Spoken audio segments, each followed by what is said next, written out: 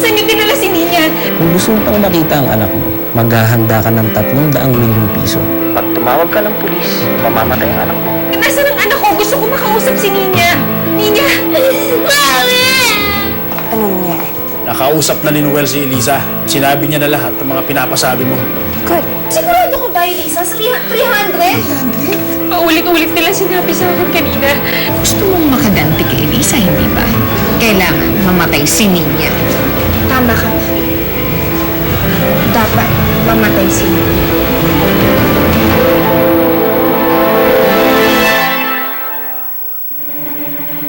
Lola, 300 milyong piso ang hinihingi na lang kapalit ni Nina. Oh my Lord!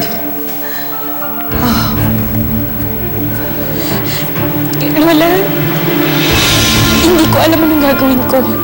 Hindi ko alam kung paano ko iipunin ng 300 milyong piso sa loob ng 24 hours. Lola, kung kayo lang dalawa ni Papang natitira kong pag-asa, kayo na lang alam kung makakatulong sa akin. The money is not a problem, no? Kahit na magkano ibibigay ko, mabalik lang sa atin si Nina. Pero paano kung hindi nila ibalik, di ba? And I'm worried about you, your safety, and Nina's. Paano kung hindi ba ikaw pa maghahatid ng pera? Paano kung may gawin silang masama sa'yo? Tama ang Mama Elisa. Hindi ka maaaring makipagkita doon sa mga kidnappers na nag-iisa ka lang. Paano gagawin ko? Sinabi ng mga kidnappers na napapatay nila si Nina kapag nagsama ako ng mga pulis. Alam nyo, ihanda na muna natin ang pera bago natin problemahin kung anong gagawin. Salamat po, Lola. Of course, hindi naman natin pwedeng pabayaan si Nina. You know, her life and her safety is more than all the money we have. Kumagalala, Elisa. We are going to get Nina back.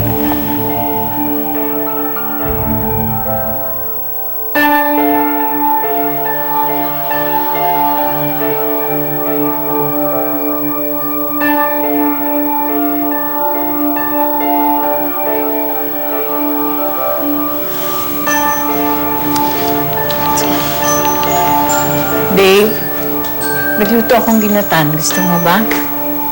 Ano ho? Bakit ba? Parang may malalim kang iniisip at hindi mo ako narinig. May problema ka ba? Si Sofia ho, tita. Parati siyang may kausap sa cellphone itong huling araw eh. Nagtataka ko kung sino yung kausap niya. Nagsususpecha ka ba na may iba siyang lalaki? Hindi naman ho. Curious lang kung sino talaga kausap niya. Curious ka? O nagsususpecha kang tama ako? Na baka nga hindi pa talagang nagbabago yung kinakasama mo? Na baka mayroon na naman siyang mga ginagawang kasamaan? Dave, bantayan mo mabuti si Sofia. Manmanan mo mabuti ang babaeng yon. Dahil ayoko na sa bandang huli, pati ikaw ay mapahamak na naman ng dahil sa Sofia yon.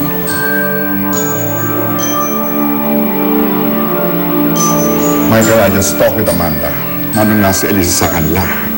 At desidido na daw si Elisa makipagkita sa mga kidnappers. As a matter of fact, inayos nila ang pera na I think I personally have to go to my bank to withdraw 100 million for my share in the ransom money. Salamat po, Lo. Pero hindi ko pwedeng pabayaan si Elisa na pumunta mag sa mga kidnappers. Alam mo, dangerous yan. It just might be a trap. Lo, wala ho akong choice.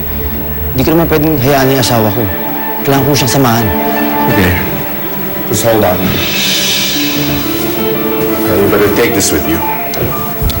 And I hope you remember your lessons in the shooting range, Michael.